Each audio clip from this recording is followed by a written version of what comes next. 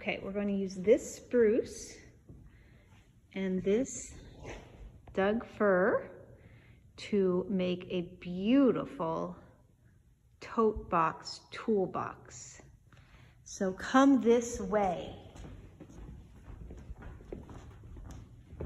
Here I have a piece of the spruce. It's fuzzy, but we're going to clean it up. Each student will get 32 inches, so you'll mark it and use a square to draw a straight line. Then you have the option, as we've been doing, to use a handsaw and cut yourself off a 32-inch piece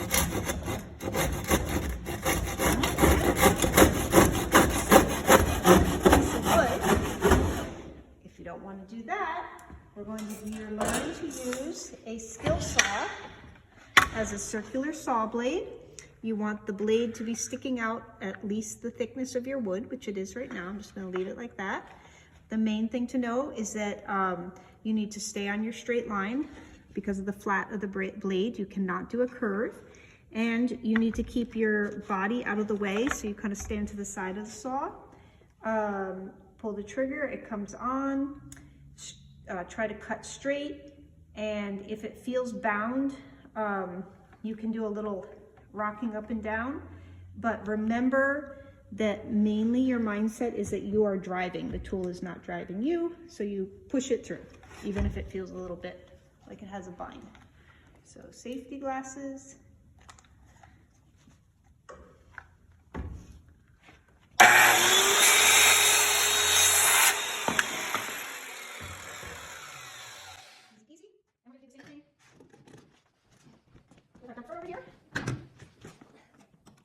Each student will cut themselves approximately 19 inches.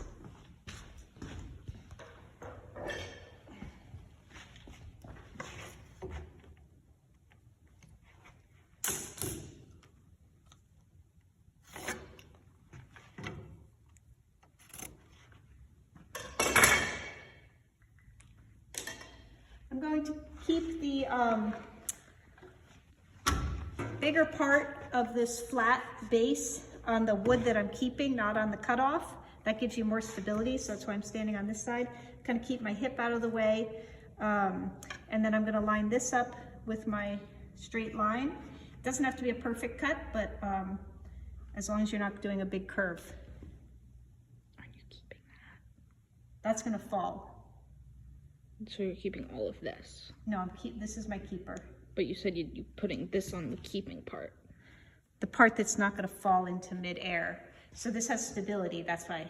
I mean, the part Well, you said keeping, so I was just confused. Yeah, well, thank you for helping me clarify. So the piece that's staying stable, you want the bigger part. If I came from this side, as the piece of wood falls away, I don't have a lot resting on wood anymore. So the saw could pivot. So I'm going to come from this side.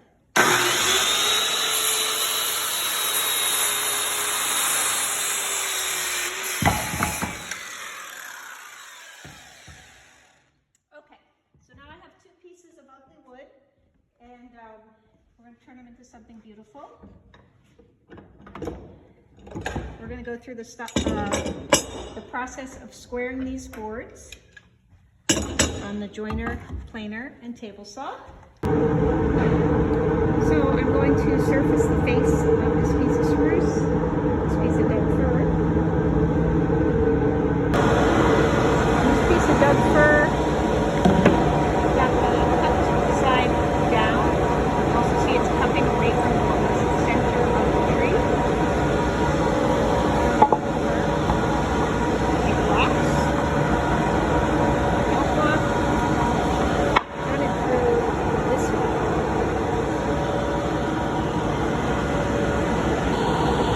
first pass.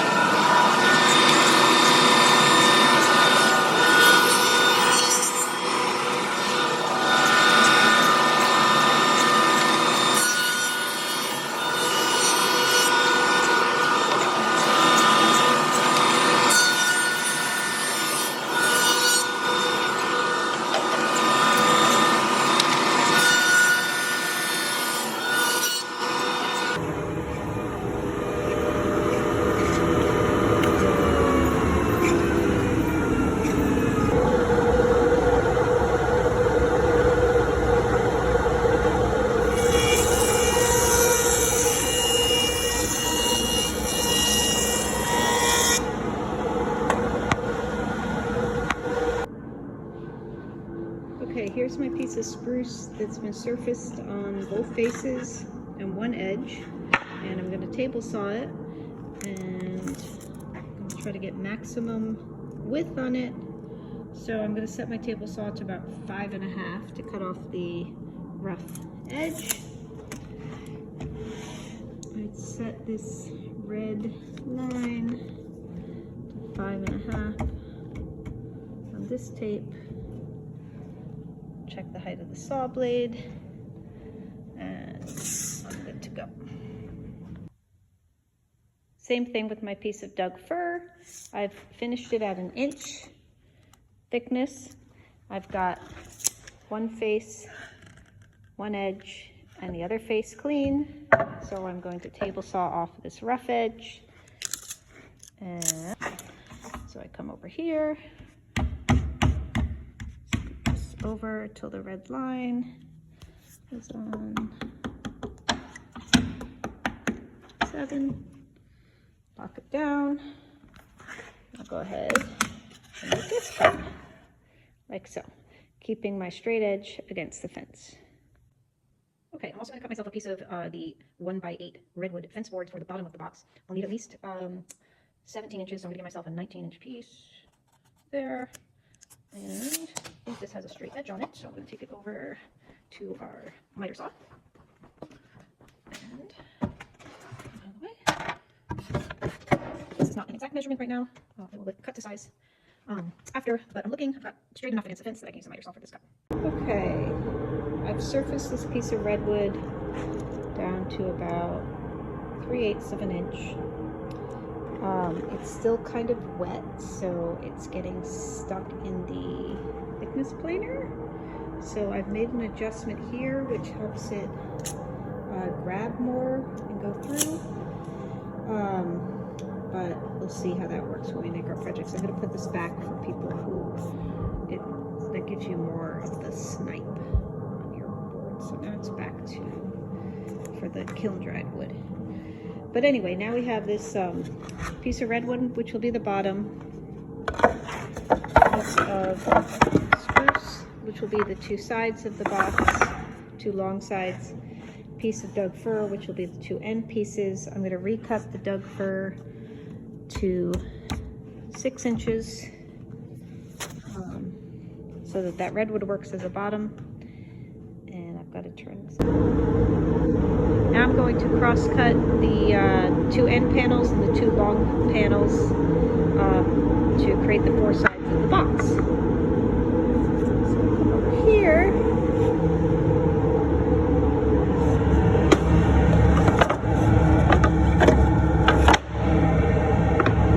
First I'm going to cut them down the middle to get a straight square cut.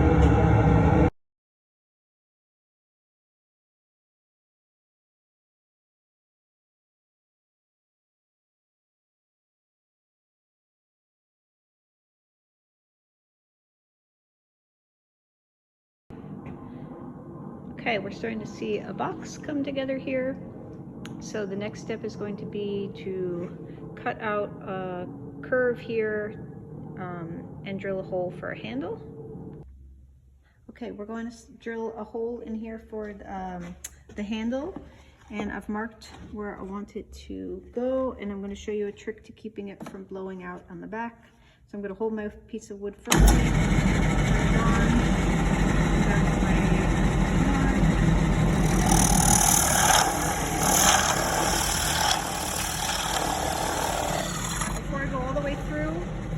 I've gone through enough to see the point, I'm going to flip it, and that will keep the wood from blowing out the back side. So I'm going to come down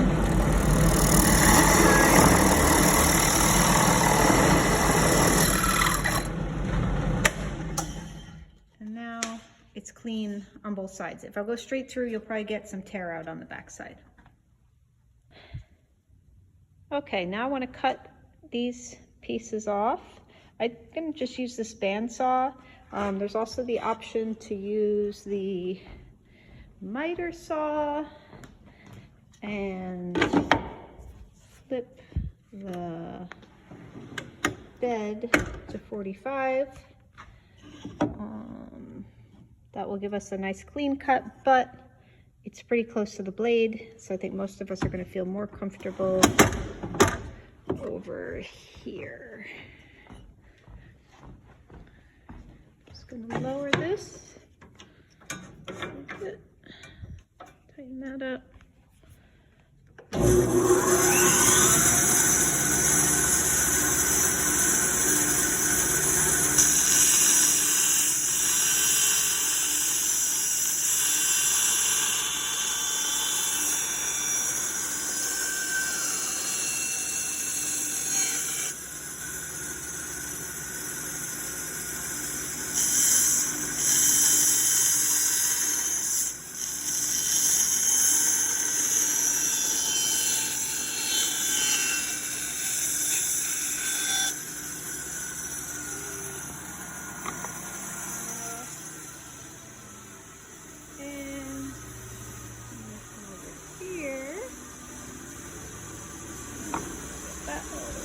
And I'm just going to clean mine up on the sand.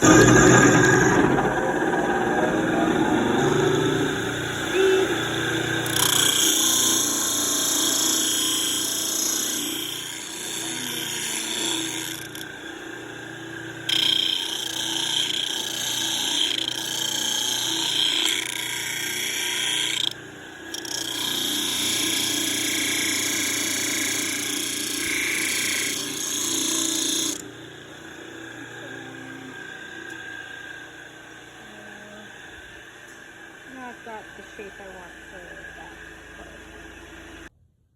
Okay, next we're going to drill holes for screws, and we're going to use this, what's called a countersink drill bit.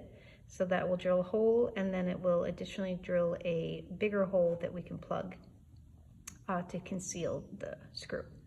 And then the other drill has a drive bit in it. So the screws are going to be going into this 1-inch thick material. So I'm going to put them a 1/2 inch in on the ends of my board. So I'm marking a 1/2 inch, which there doesn't look like it, but yes. And then I'm going to draw a line. So it's a 1/2 inch all the way along the board, the edge of the board.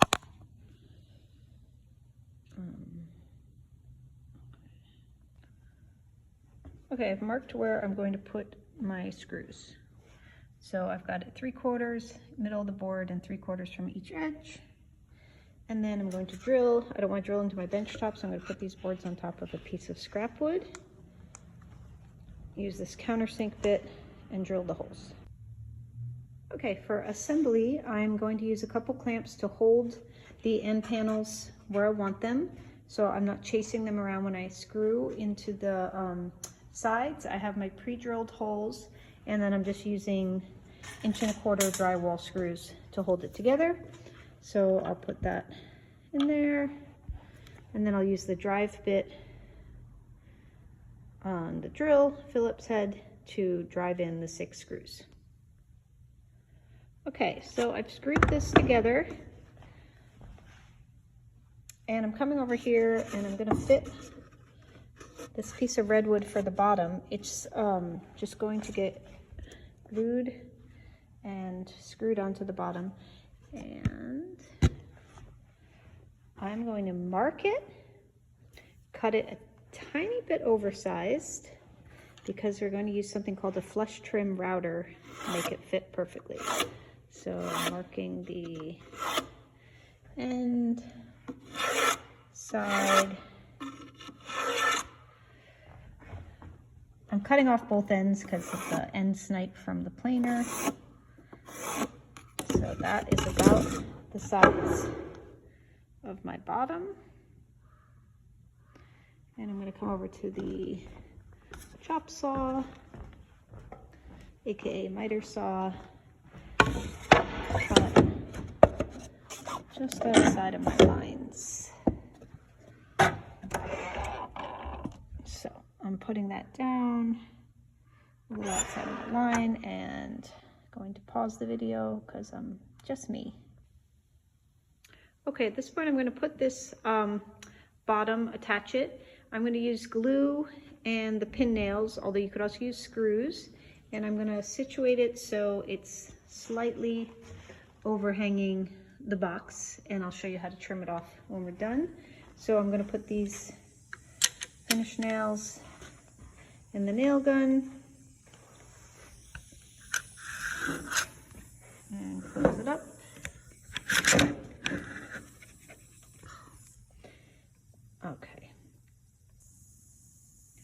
Okay, I've put a nail about every 3 inches, and I'm remembering that this is a thin piece, so I'm trying to center the nails. This is a little wider piece, so I can come in a little further.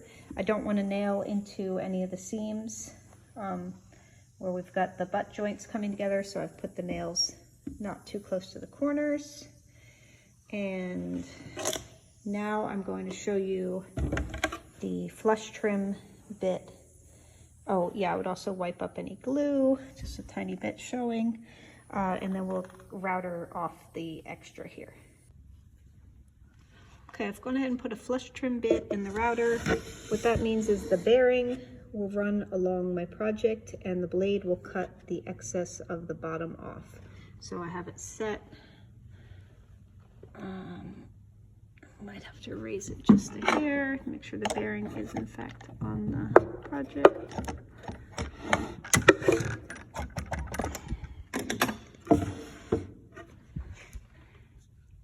Yes, that will do. Okay, next we're going to put some 3/8 inch dowels in these countersunk holes that we've made with a touch of glue. You kind of wiggle it in there.